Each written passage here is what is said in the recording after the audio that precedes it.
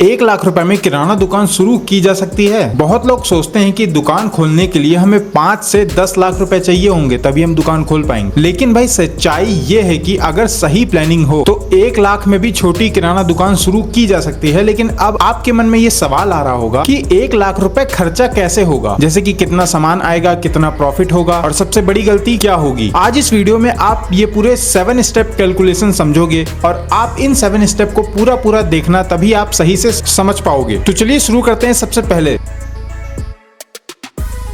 1 लाख में कोई भी सुपरमार्केट नहीं खुलेगा, ठीक है, लेकिन छोटी किराना दुकान या गांव मोहल्ले की जरूरत वाली दुकान शुरू हो सकती है। अगर आपकी खुद की दुकान है तो और अच्छा है, उसमें आपको ज्यादा फायदा है। लेकिन अगर किराए की दुकान ले रहे हो तो आपका बजट का कुछ हिस्सा किराए में जाएगा, इसीलिए अब पार्ट 2 समझो।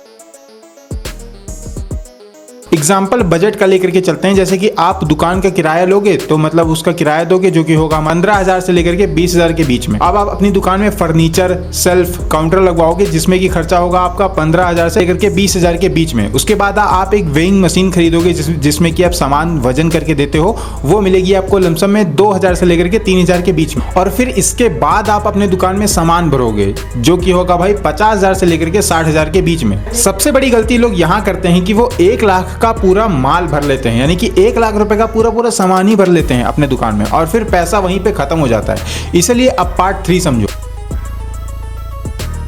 जो कि मैं आपको यही बोलूंगा कि फास्ट मूविंग प्रोडक्ट आपको सबसे पहले ही रखना चाहिए अगर आप नई दुकान शुरू कर रहे हो। अगर आपको नहीं पता है कि फास्ट सेलिंग प्रोडक्ट क्या होते हैं, जैसे कि बिस्किट, नमकीन, साबुन, शैम्पू, छोटे वाले पैकेट, टी यानी कि चाय पत्ती, शुगर, चीनी, सॉल्ट यानी कि नमक, ऑयल, रिफाइंड ऑयल, करू तेल, कोल्ड ड्रिंक्स, चिप्स, शुरुआत में वही सामान रखिए जिसकी रोज डिमांड रहती है। और ये जितने सामान मैंने आपको बताए हैं इनकी डिमांड रोज के तौर पे रहती है। अब आप समझिए स्लो मूविंग प्रोडक्ट, जो कि हफ्ते में एक बार, महीने में एक बार बिकता हो, ऐसे सामान पर पैसा मत फंसाइए क्योंकि आप अभी दुकान की शुरुआत कर रहे हैं। इसीलिए अब आप पार्ट 4 समझिए।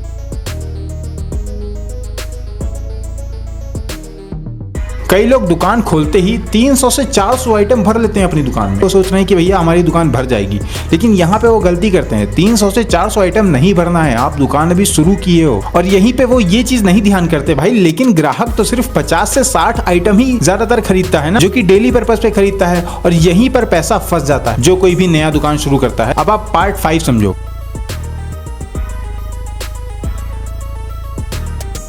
अब सबसे बड़ा सवाल ये है कमाई कितनी होगी, ठीक है। अगर दुकान की रोज की सेल मिनिमम से मिनिमम अगर 3,000 रुपए भी है तो महीने की सेल लगभग 90,000 रुपए हुई, ठीक है। ध्यान रखना मैं यहाँ पे सिर्फ सेल की बात कर रहा हूँ, नेट प्रॉफिट अभी नहीं आया है। अगर एवरेज मार्जिन प्रॉफिट अगर आप निकालोगे जो कि 10 से 15% का हो तो जो आपका ग्रॉस प्रॉफिट होगा वो होगा 9,000 से लेकर के 13,500 रुपए के आसपास में। लेकिन इसमें दुकान का किराया, बिजली का बिल और दूसरे खर्चा भी आपको इसी पैसों से निकालना होगा। इसीलिए अब आप पार्ट 6 देखो।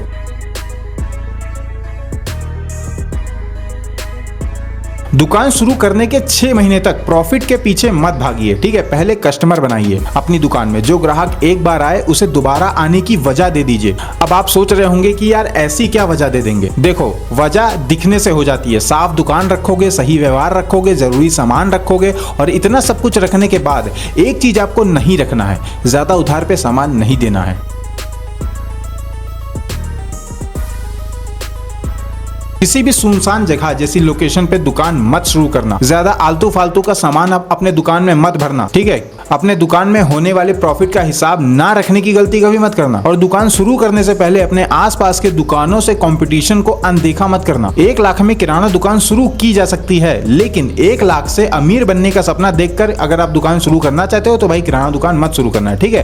पहले शुरू में आप अपने दुकान को एक पहचान बनाएंगे, फिर धीरे धीरे दुकान में सामान बढ़ाएंगे जिस वजह से और बिक्री बढ़ेगी, तब जाके आप अपने दुकान से पैसा कमाना और बचाना शुरू कर पाएंगे। तो अब आपका क्या विचार है, आप कमेंट करके बताना। लेकिन इस वीडियो को देखने का कोई फायदा नहीं होगा अगर आपने सब्सक्राइब पे क्लिक नहीं किया।